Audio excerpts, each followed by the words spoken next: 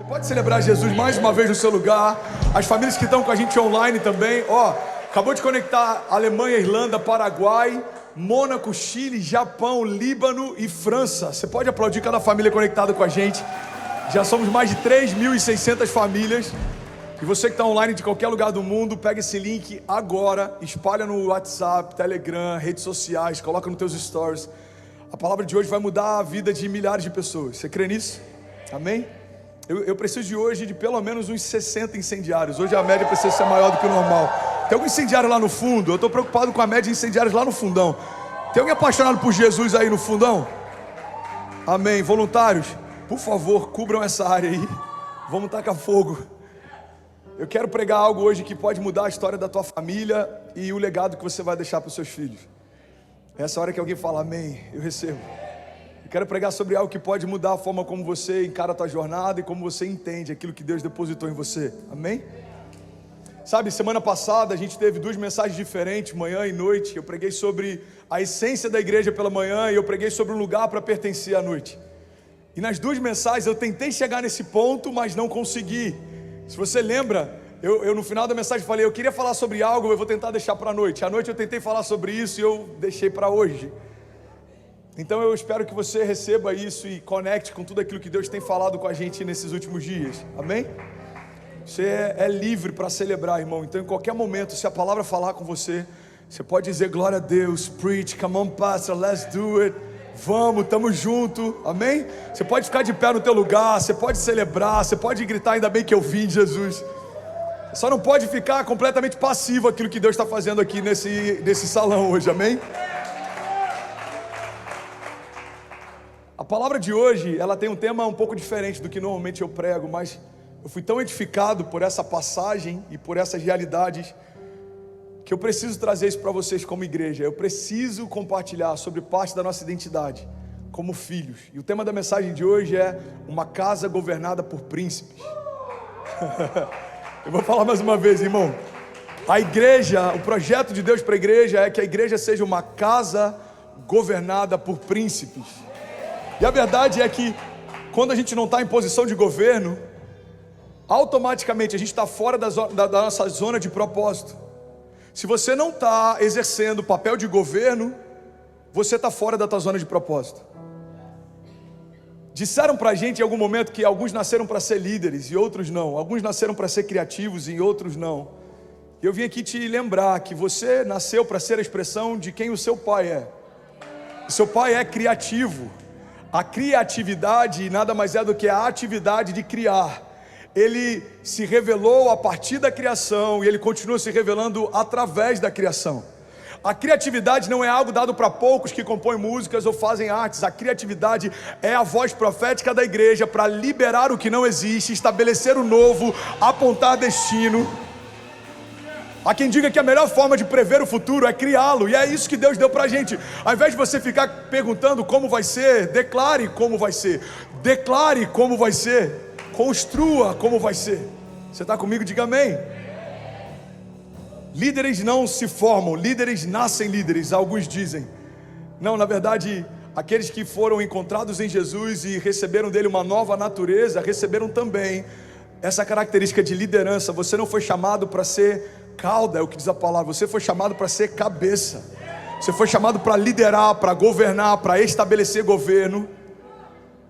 Isso não é algo que Deus limitou aos líderes da igreja, e é isso que eu quero que você entenda. Por muito tempo a gente ficou muito na expectativa de que o pastor da igreja faça, de que o meu líder de GC faça, de que o líder de ministério faça. Irmão, façamos. Função do pastor é apontar o caminho e te impulsionar a correr essa jornada, mas quem corre é você, quem se posiciona é você, quem declara sobre a tua casa é você. Vamos lá, igreja, quem vai viver milagres sobre os teus filhos é você. Então não terceirize algo que Deus não pediu para você terceirizar. Deus não te chamou, irmão, para ficar esperando que alguém faça por você algo que Deus te chamou para fazer. E é sobre isso que eu quero falar nessa manhã. Você está comigo? Diga amém. Irmão, olha para mim. Quando o inferno descobre aquilo que você carrega, é ele quem deveria recuar e temer, não você. Você vê isso em todas as histórias dos heróis da fé. Você pega Hebreus 11, quando homens entenderam o que carregava, o inferno precisou impedi-los antes que eles começassem. O inferno não está preocupado com quem está numa igreja, o inferno está preocupado com quem entende o que carrega. Eu lembro que eu perdi um voo há alguns anos atrás. Eu estava indo pregar, se eu não me engano, em Poços de Caldas, e eu cheguei muito antes no portão de embarque. Eu cheguei acho que 1h30 antes do embarque. E aí eu olhei para o horário, o voo estava confirmado, o portão estava certo, e eu descansei, eu relaxei. Eu abri o computador, comecei a trabalhar, comecei a, sei lá, fazer o quê, enviar mensagens. Daqui a pouco eu olhei, faltam 30 minutos, tá ok. Faltam 10 minutos, tá ok. A fila começa a se formar. Eu falei, bom, quando as últimas pessoas entrarem, eu vou para a fila. E aí quando as últimas pessoas estavam lá, eu entrei na fila, e quando eu dei o meu cartão de embarque, a pessoa olhou e falou, não, esse voo mudou de portão de embarque. Eu falei, impossível, eu estou aqui há 1h30. Ela falou, já chamaram o seu nome várias vezes. Cara, isso é muito forte. Já chamaram o seu nome várias vezes. Eu falei, qual que é o novo portão? O novo portão é tal. Cara, eu corri desesperado para chegar no novo portão. E quando eu cheguei, eles tinham acabado de encerrar o embarque. E aí eu falei para o rapaz que estava lá, eu falei, irmão, eu preciso embarcar, eu estou indo para uma conferência, eu sou o palestrante da noite. E aí ele falou, cara, impossível. Eu falei, vê se tem outro voo, por favor. Ele falou, deixa eu ver aqui, para o seu destino só amanhã. E literalmente eu não consegui embarcar, eram 2 dias de conferência, eu pregaria nos 2, e eu precisei ligar para a igreja e falar, eu não vou chegar, porque eu estava no lugar certo, mas eu perdi o timing. Irmão, guarda isso em nome de Jesus. Eu estava tão seguro de estar no lugar certo, que eu perdi o timing e me distraí na hora de entrar no meu destino final. E eu quero que você entenda que o fato de você estar numa igreja não significa que você já chegou lá. Você está no lugar certo, mas você precisa estar sensível para não perder o timing de Deus, para entender para onde Ele se move, o que Ele está fazendo, o que Ele está te chamando, porque Ele está chamando pelo seu nome. Não se distraia. Deus está chamando pelo seu nome e está no lugar certo. É o primeiro passo, first step, mas você precisa dar mais passos de fé do que só estar no lugar certo. Você está comigo? Diga amém.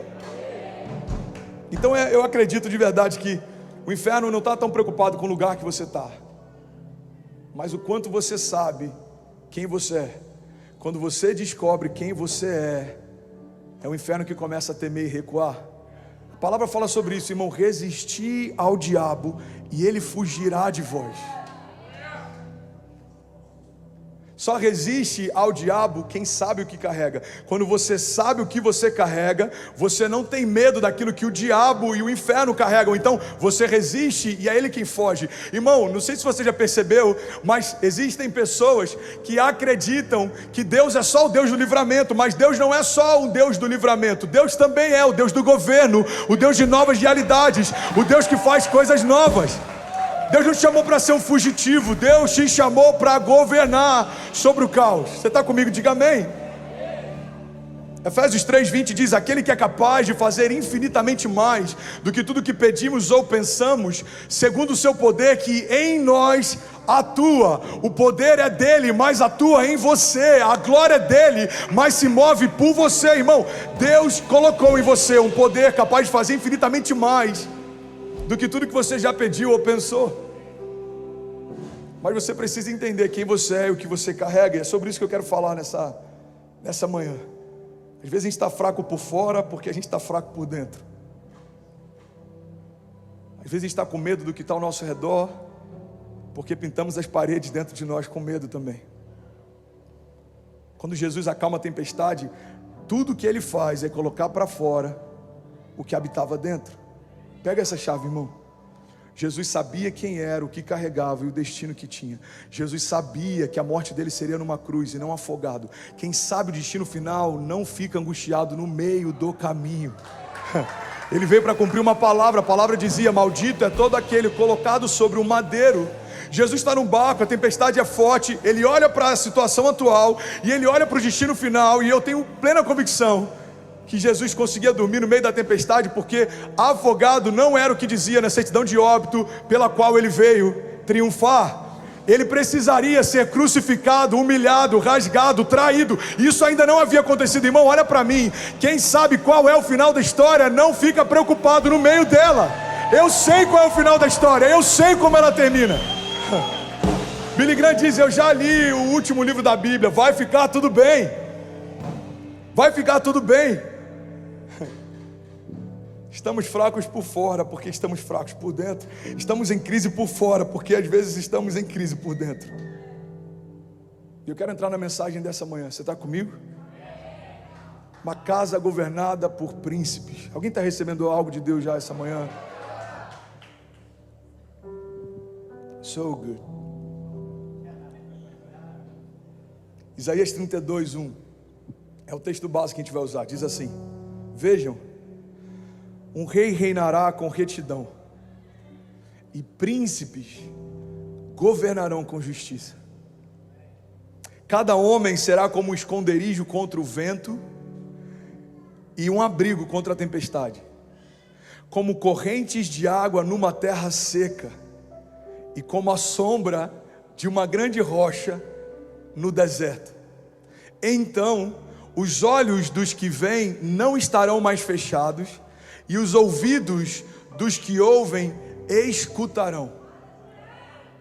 Esse texto é tratado por muitos, interpretados por muitos, como a expressão do governo perfeito do Messias. Então Isaías está dizendo: quando o Messias governar perfeitamente, ele governará em retidão, e os príncipes governarão em justiça, e serão levantados por Deus como refúgio, como abrigo, como uma sombra no meio do deserto, como água em meio à terra seca. Só que alguns também acreditam que, além desse texto ser a expressão do governo perfeito do Messias no futuro, fala a respeito da expectativa que Deus tem do nosso governo no presente. Então o que Deus está dizendo é: assim vai ser o reino de justiça do meu filho, mas assim será o governo dos meus príncipes na minha casa. Alguém está comigo, pelo amor de Deus? Então o que eu quero que você entenda é que o Evangelho fala a respeito de duas expectativas: aquilo que vai acontecer e aquilo que já está acontecendo. Eu falei sobre isso na semana passada. Eu não posso ter o meu olhar só na eternidade a ponto de negligenciar o governo que Deus tem para mim nesse tempo, nesses dias. Deus me chamou para sentar no meio de príncipes e pastorear o coração deles. Deus me chamou para governar em tempos de caos e dar uma palavra de sabedoria quando o mundo não sabe para onde vai. Deus me chamou, você tem que ter esse entendimento, essa palavra é sobre mim e sobre você, para ter a palavra certa na hora certa, para ter provisão quando falta no celeiro dos outros, assim como José, para que a gente possa governar em tempos de caos e ser um canal de provisão quando todo mundo está passando por escassez. Esse é o plano de Deus para a igreja, irmão. Que as nações procurem na igreja aquilo que falta sobre elas. Não se engane, está bem próximo de chegar um tempo em que o mundo vai olhar para tudo aquilo que construiu nos últimos anos e vai falar: a gente está completamente perdido, como a gente recomeça? E é na igreja que eles vão procurar essas respostas.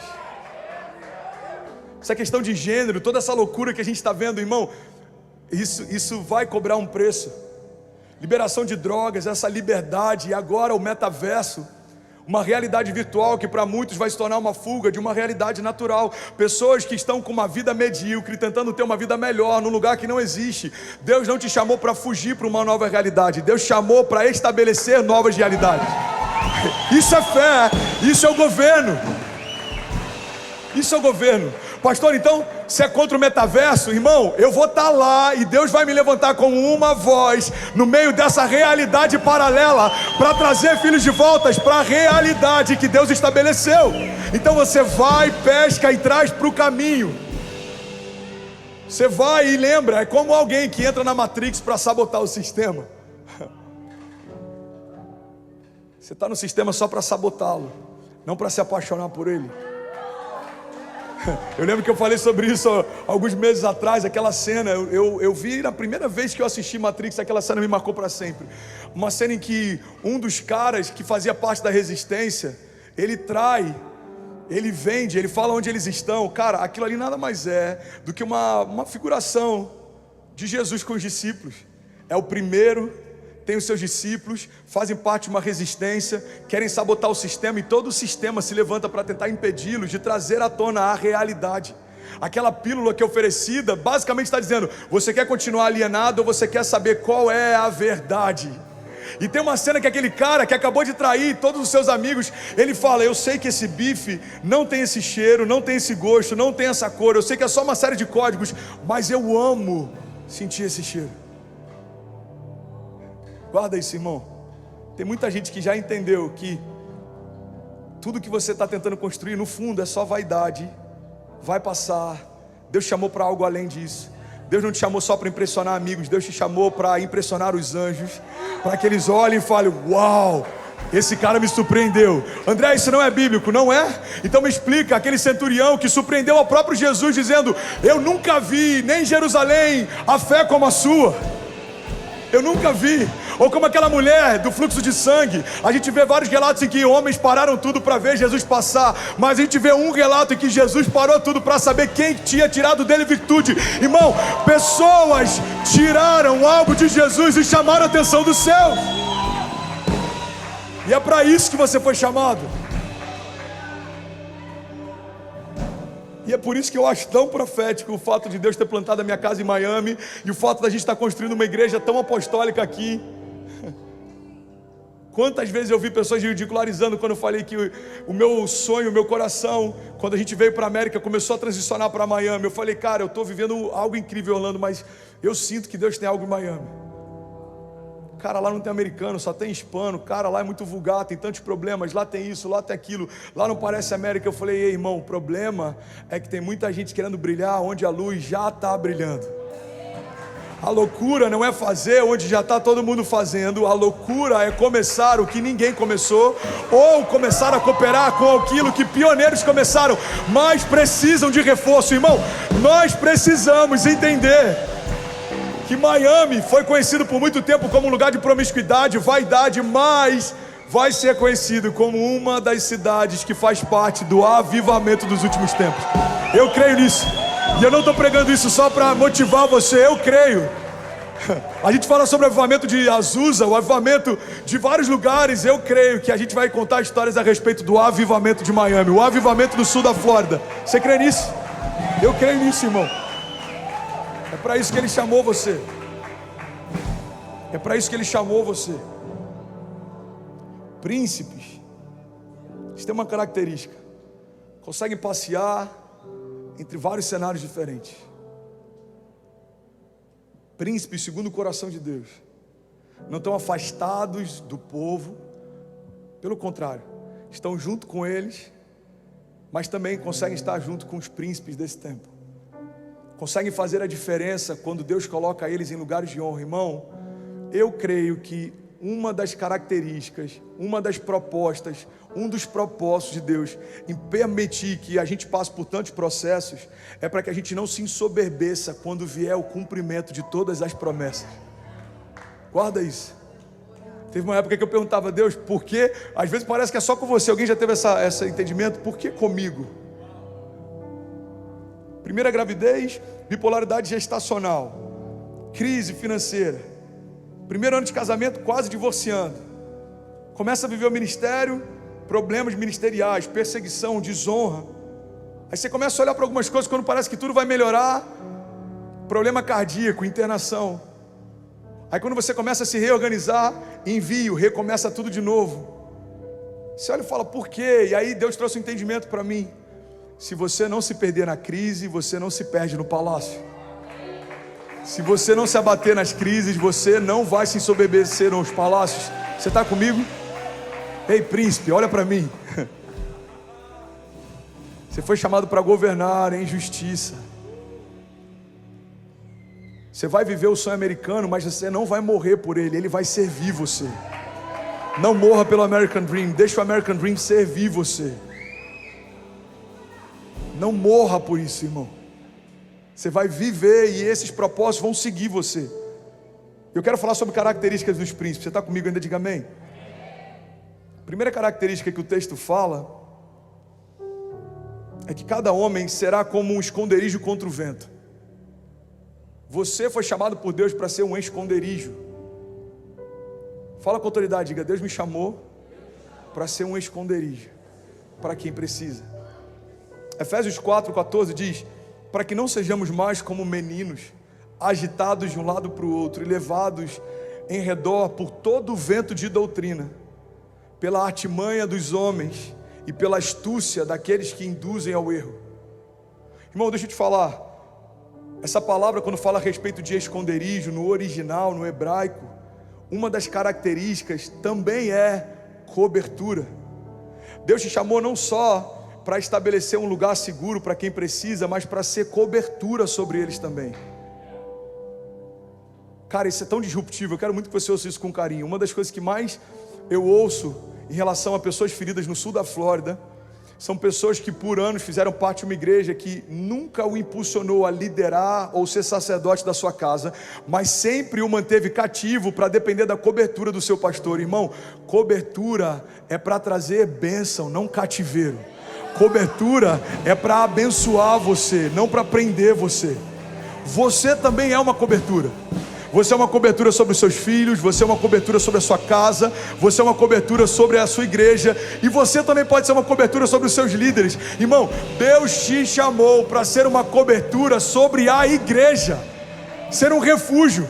Aquilo que falta na igreja, Deus vai usar você para suprir. Aquilo que falta no teu irmão, Deus vai usar você para entregar. Irmão, Deus te chamou para ser um refúgio contra os ventos fortes. E a palavra continua dizendo que nós seremos também como um abrigo contra a tempestade. Você pode declarar com autoridade? Diga: eu sou um abrigo. Diga: eu sou um refúgio. Mateus 7:24. E eu estou quase finalizando. Eu tenho mais 4 minutos. Alguém está recebendo algo de Deus? Mateus 7:24. Jesus fala do fundamento que protege a gente das tempestades. Diz assim: todo aquele, pois, que ouve essas minhas palavras e as pratica, será como um homem prudente que edificou a sua casa sobre a rocha. Caiu a chuva, transbordaram os rios, sopraram os ventos e deram com ímpeto contra aquela casa, que não caiu, porque foi edificada sobre a rocha. Sabe, os príncipes também oferecem isso. Os príncipes não constroem nada que não seja estabelecido sobre uma base segura. Irmão, olha para mim, em nome de Jesus. Você conhece pessoas que cresceram mais rápido do que você, prosperaram, e eu boto entre aspas, mais rápido do que você, mas que da noite para o dia perderam tudo. Você certamente conhece casais que em algum momento te inspiraram, você até falou: uau, eu queria ser como eles são, mas talvez não estão mais casados. Ou talvez os seus filhos não se tornaram o que você imaginou que eles se tornariam. A verdade, irmão, que melhor é o fim das coisas do que o início delas. Guarda isso. Porque quando a gente não constrói sobre uma base segura, a gente consegue até construir mais rápido. Mas a questão não é quão rápido você constrói, a questão é quanto tempo dura aquilo que você construiu. Os príncipes não estão com pressa para construir rápido, mas eles têm sabedoria para construir algo que dura para sempre. É isso que eu quero liberar sobre você, irmão. Deus não está te chamando para crescer rápido, Deus está te chamando para ser quem Ele te desenhou para ser. E aquilo que Ele começou a fazer, ninguém vai parar, ninguém pode roubar, ninguém vai frustrar. As armas que foram forjadas contra nós, nós cremos, não prosperarão. Palavras contrárias liberadas contra nós em juízo não se cumprirão, porque nós não estamos construindo algo sobre uma base que é completamente volúvel. Nós estamos edificando uma casa sobre a rocha. É sobre isso, irmão. É sobre isso.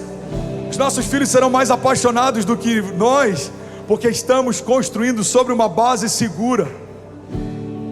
Você está comigo?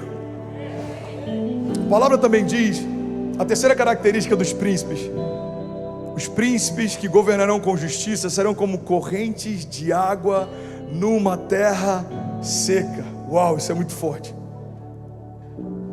Irmão, olha para mim. Você já recebeu uma palavra, talvez no momento de maior sequidão da tua história, que veio como água sobre terra seca? Você já recebeu uma palavra que veio como um bálsamo e acalmou teu coração? Alguém já passou por isso? No momento que você está angustiado ou confuso, alguém libera uma palavra e parece que tudo vai ficar bem. Eu lembro que teve um convidado, eu não vou falar o nome dessa pessoa, mas a gente recebeu um convidado aqui que, cara, é super famosa, relevante. Ela tem uma história, mas eu não sabia dessa característica. Deus deu para ela uma graça que o olhar dela transmite paz. E no dia que ela veio aqui participar do culto, eu lembro que eu estava angustiado com uma série de coisas que a gente precisava resolver na igreja, coisas técnicas, naturais, um monte de circunstâncias. E eu lembro que eu olhei para ela e o olhar dela, mesmo sem ela falar uma palavra, o olhar dela disse para mim: vai ficar tudo bem. Vai ficar tudo bem. Aí no final do culto eu falei: cara, eu quero te agradecer, o teu olhar transmite paz, essa é a sua zona de graça. E eu quero que você entenda isso, irmão, olha para mim. Uma característica dos príncipes é transmitir paz para quem está em crise. Uma das características dos príncipes é fazer com que quem está angustiado se acalme. Você vai olhar para pessoas e você só vai falar isso: irmão, vai ficar tudo bem. Eu queria liberar isso sobre você. Você pode fechar os seus olhos em nome de Jesus? Deixa eu liberar isso sobre você. Declare o nome de Jesus: vai ficar tudo bem. Se você fizer do Senhor a tua fortaleza, o teu refúgio, os teus inimigos te procurarão, mas não te encontrarão. Eles correrão contra você, mas não te alcançarão. O Senhor é o nosso refúgio, irmão, a nossa fortaleza, socorro presente na hora da angústia. Eu declaro em nome de Jesus um bálsamo sendo derramado sobre você, sobre a tua mente, sobre os teus pensamentos. Eu declaro rios de vida lavando cada pensamento teu, cada pensamento agora sendo lavado. Você vai começar a sentir nos próximos dias um frescor na sua mente. Você vai perceber que você vai pensar em coisas de uma forma mais leve do que pensava antes. Teu coração não vai ficar angustiado com dúvidas ou incertezas. Eu declaro em nome de Jesus a paz que excede todo entendimento vindo sobre você. Eu declaro em nome de Jesus a unção que despedaça o jugo sendo derramado sobre a tua cabeça, do alto da tua cabeça à planta dos teus pés. No lugar de medo, a alegria. No lugar de dúvida, uma firme convicção. No lugar de vergonha, dupla honra. No lugar de choro, uma nova canção. Irmão, você vai acordar alguns dias sem saber porque você está tão feliz. Eu oro em nome de Jesus para que a gratidão seja um pilar fundamental na construção da tua história. Eu oro para que venha sobre nós esse batismo, para que a gente seja tão cheio de gratidão que não haja espaço mais para nenhuma outra coisa na nossa boca senão: Jesus, obrigado, eu não merecia viver o que eu estou vivendo, eu não merecia experimentar o que eu estou experimentando. A nossa boca se encheu com novo júbilo e a nossa boca está cheia de um novo cântico, porque todos os dias as misericórdias do Senhor se renovam sobre nós. Nós te agradecemos, Jesus, pela tua bondade. Nós te agradecemos em nome de Jesus. Se você recebe isso, você pode dizer amém. Você pode aplaudir a Ele no teu lugar. Jesus. Eu vou finalizar aqui com a última característica dos príncipes. Isso é muito forte. E eu vou ler o texto de novo pela última vez. Você está comigo? Não se distraia. Isaías 32 diz: vejam, um rei reinará em retidão, e príncipes governarão em justiça. Tem algum príncipe aqui essa manhã? E cada homem será como esconderijo contra o vento, e um abrigo contra a tempestade. Será como correntes de água numa terra seca, e será como a sombra de uma grande rocha no deserto. Cara, isso é muito forte. Irmão, você é como a sombra de uma grande rocha no deserto. Olha para mim, isso é tão poderoso. A Bíblia não está dizendo que os príncipes são uma rocha no deserto. Olha para mim, os príncipes são como a sombra de uma grande rocha no deserto. Vou falar de novo, alguém vai pegar essa chave. Você não é a rocha no deserto, mas você é a sombra dela.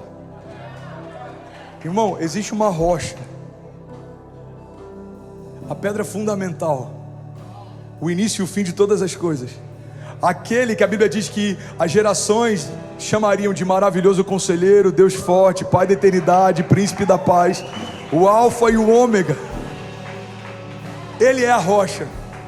Mas os príncipes são como a sombra dele no deserto. Você sabe como é formada uma sombra? É quando a luz brilha sobre algo. É quando a luz brilha sobre algo. O que a palavra está dizendo é o seguinte: não importa se o lugar que você está é árido, é seco, não importa se o momento que você está vivendo ou as pessoas ao teu redor são como terra seca, a luz de Deus vai brilhar sobre a rocha e você será como a sombra dela. Irmão, pessoas vão procurar abrigo em você, refúgio em você, a palavra certa na hora certa. Pessoas que não sabem para onde ir, o que fazer, vão perguntar para você: irmão, o que eu faço? Qual é o passo que eu dou? E você vai ouvir o convite mais doce que você poderia dar: irmão, deixa eu te apresentar a Esperança Viva. E aí, tudo bem? Você acabou agora de assistir um vídeo. Se você ainda não está inscrito, já se inscreve também no nosso canal, ativa esse sininho aqui embaixo de notificação e toda vez que eu fizer uma live ou estiver transmitindo uma mensagem ao vivo, você vai ser um dos primeiros a saber. Mas eu deixei mais 2 indicações aqui que eu espero que façam muito sentido para você. Então já aproveita e clica para assistir a próxima mensagem, beleza? Seja bem-vindo ao time de incendiários e eu espero de verdade que essas mensagens mudem a sua vida como elas têm mudado a minha também. Até a próxima. Valeu!